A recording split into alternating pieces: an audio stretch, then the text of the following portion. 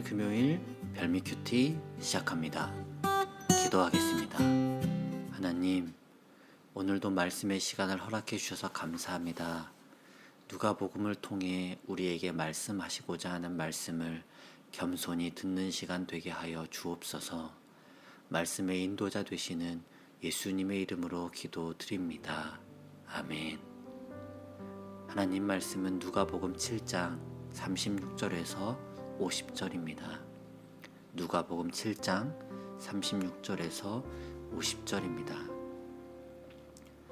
한 바리새인이 예수께 자기와 함께 잡수시기를 청하니 이에 바리새인의 집에 들어가 앉으셨을 때에 그 동네에 죄를 지은 한 여자가 있어 예수께서 바리새인의 집에 앉아 계심을 알고 향유 담은 옥합을 가지고 와서 예수의 뒤로 그 발 곁에 서서 울며 눈물로 그 발을 적시고 자기 머리털로 닦고 그 발에 입 맞추고 향유를 부으니 예수를 청한 바리새인이 그것을 보고 마음에 이르되 이 사람이 만일 선지자라면 자기를 만지는 이 여자가 누구며 어떠한 자 곧 죄인인 줄을 알리라 하거늘 예수께서 대답하여 이르시되 시몬아 내가 내게 이를 말이 있다 하시니 그가 이르되 선생님 말씀하소서. 이르시되 빚 주는 사람에게 빚진 자가 둘이 있어 하나는 500데나리온을 졌고 하나는 50데나리온을 졌는데 갚을 것이 없으므로 둘 다 탕감하여 주었으니 둘 중에 누가 그를 더 사랑하겠느냐. 시몬이 대답하여 이르되 내 생각에는 많이 탕감함을 받은 자니이다. 이르시되 내 판단이 옳다 하시고 그 여자를 돌아보시며 시몬에게 이르시되 이 여자를 보느냐. 내가 내 집에 들어올 때 너는 내게 발을 씻을 물도 주지 아니하였으되 이 여자는 눈물로 내 발을 적시고 그 머리털로 닦았으며 너는 내게 입 맞추지 아니하였으되 그는 내가 들어올 때부터 내 발에 입 맞추기를 그치지 아니하였으며 너는 내 머리에 감람유도 붓지 아니하였으되 그는 향유를 내 발에 부었느니라. 이러므로 내가 내게 말하노니 그의 많은 죄가 사하여 줬도다. 이는 그의 사랑함이 많음이라. 사함을 받은 일이 적은 자는 적게 사랑하느니라. 이에 여자에게 이르시되 내 죄 사함을 받았느니라 하시니 함께 앉아있는 자들이 속으로 말하되 이가 누구이기에 죄도 사하는가 하더라. 예수께서 여자에게 이르시되 내 믿음이 너를 구원하였으니 평안히 가라 하시니라. 아멘. 오늘은 무슨 일인지 바리새인이 예수님을 초청했습니다. 그 당시 예수님의 행적을 보면 바리새인이 예수님에게 식사를 제안하는 일은 없을 것만 같았습니다. 그러하기에 오늘의 식사 제안은 예수님과 오붓한 시간을 보내는 것이 목적이 아닌 아마 예수님과의 대화 속에 문제점, 흠집을 잡아내서 엄청나게 올라간 예수님의 명예를 꺾기 위한 것이 목적이 아닌가 싶습니다. 그 목적이 있음에도 불구하고 알고 있으면서도 예수님은 거뜬히 그곳으로 들어가십니다. 그리고 그때에 맞춰 동네에 죄를 지은 한 여자가 예수님 앞에 나타납니다.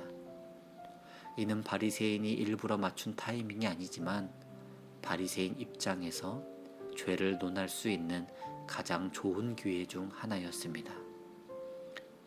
바리새인은 그 당시 율법으로 치리를 내리는 사람은 아니었지만 율법을 가장 잘 지키는 사람들로서 당시 유대인들에게 율법으로 존경을 받는 자였습니다. 공식적인 힘은 없었으나 비공식적으로는 율법으로의 치리가 가능했던 사람이 바리새인이었습니다. 그래서 바리새인이었던 시몬은 그 역할을 자주 했기에 39절 말씀에 나오듯 마음속으로는 저 사람이 죄인이다. 그러니 어떻게 하는지 보겠다라고 생각합니다. 이 마음도 아셨던 예수님께서는 빚진 자의 비유를 통해 깨닫게 하십니다. 여기서 500데나리온 빚진 자는 그 여자이며 50데나리온 빚진 자는 바리새인 시몬이었습니다.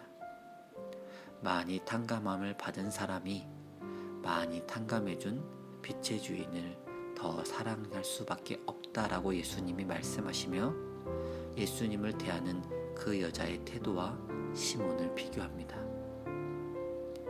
먼저 집에 들어올 때 씻을 물을 주지 않았던 시몬과 옥합을 가지고 와서 발을 씻긴 여자의 모습을 비교합니다. 예수님 당시 손님이 올 때 씻을 물을 주는 것은 기본 중에 기본이었습니다. 우리 집에 다른 이가 찾아왔는데 씻을 물을 주지 않는 것은 노예, 종, 그리고 동물이었습니다. 바리새인은 예수님을 초대했지만 초대한 예수님을 손님이라고 전혀 생각하지 않았습니다. 40절 하반부에 선생님 말씀하소서라고 하지만 전혀 선생으로 응대하지 않았습니다. 반면에 죄를 지은 한 여자는 가장 귀한 향유를 담은 옥합을 가져왔습니다.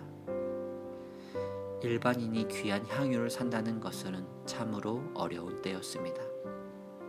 지금보다 신분의 갈등이 강했고 임금의 격차가 컸던 시대였습니다. 그리고 이 사람은 무엇보다 죄인이었습니다. 안 그래도 돈을 벌기가 어려웠는데 죄인임에 더 어려웠을 것입니다.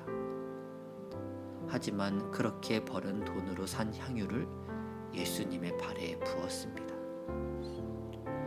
널리고 널린 물 한 바가지도 줄 생각이 없었던 바리새인과 자신의 삶을 바쳐 겨우 구한 향유를 예수님께 부어드린 죄인, 누가 예수님의 사랑을 받을 수 있었겠습니까?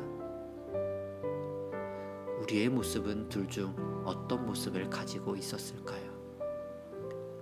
사람들 보기에는 화려하고 법도 잘 지키고 누구보다 선해 보이는 것 같지만 실은 사람들에게 누구보다 엄격하며 속으로는 죄인을 비난하고 나는 누구보다 낫다, 깨끗하다라고 자신에게 관대하며 상대방에게 엄격한 삶을 살고 있지는 않습니까? 아마 신앙이 있는 사람이든 없는 사람이든 대부분의 많은 사람들이 앞서 나온 바리새인의 모습을 가지고 있을 것입니다. 하지만 신앙을 가진 사람이라면 뒤에 나온 죄인의 모습이 우리의 모습임을 기억해야 합니다. 우리는 언제나 예수님 앞에 죄인일 뿐입니다. 의인의 모습을 가지려고 할수록 더욱 죄의 모습이 발견되고 죄의 모습과 멀어지려고 하지만 우리 안에 있는 죄의 본성들이 죄를 향해 달려가고 있음을 누구보다 더 잘 인지할 수 있습니다. 우리가 죄인임을 인정하고 하나님 앞에 무릎 꿇을 때 오늘 47절에 나온 것처럼 그의 사랑함이 많음이라라는 말씀을 받을 수 있습니다. 그리고 우리는 예수님께 받은 용서가 큰 만큼 더욱 많이 감사할 수 있습니다. 500데나리온 탕감받은 사람과 50데나리온 탕감받은 사람의 감사가 다를 수밖에 없을 만큼 우리의 죄인됨을 알고 죄인된 우리마저 사랑하신 예수님의 사랑을 아는 사람에게 감사가 넘쳐날 수밖에 없습니다. 우리에게 평안히 가라 라고 말씀하시기 위해 자신을 십자가에 못 박을 수밖에 없었던 예수님의 사랑을 알며 예배드리는 사람과 그저 십자가만을 보며 별 감흥 없이 예배드리는 사람의 예배는 감격이 다를 수밖에 없습니다. 오늘 말씀의 자리에 있는 여러분은 바리새인처럼 깨끗한 사람이십니까? 죄 앞에 무너질 수밖에 없는 한없이 연약한 여인이었습니까?